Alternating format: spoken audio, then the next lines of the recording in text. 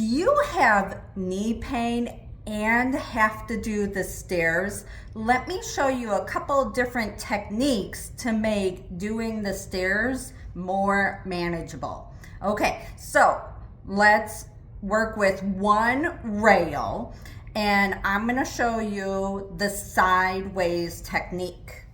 So you put both hands on the handrail and you go up. So you tend to go up with the strong leg, okay, in order to get that. So you can see how my feet are perpendicular to the stairs, okay, or parallel with the handrail. And when I come down, I'm going down with the weak leg, making sure that I give my other foot enough space so that they can both be on the stair at the same time. Okay, now, what I tend to see is that people tend to turn their body at like a 45-degree angle. But guess what? It puts a lot more strain on my knee, and it's kind of like an awkward position. Your body does not like that. When you do the stairs, you have to commit, which way am I going to go down? Am I going to go down straight but one step at a time?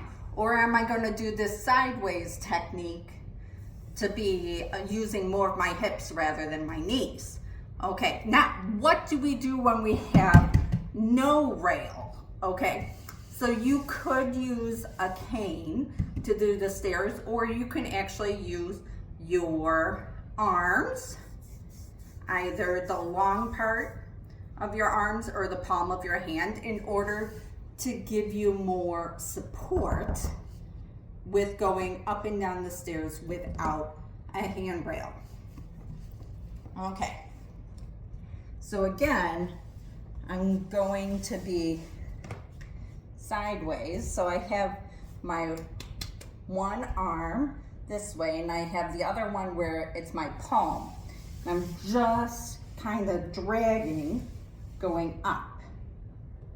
Now remember, going down, we want the weaker leg to go first. Okay. And so that's why it's so important that when you tackle the stairs, that you have a game plan. Either I'm going to go down one step at a time, okay, or I'm going to do this sideways technique.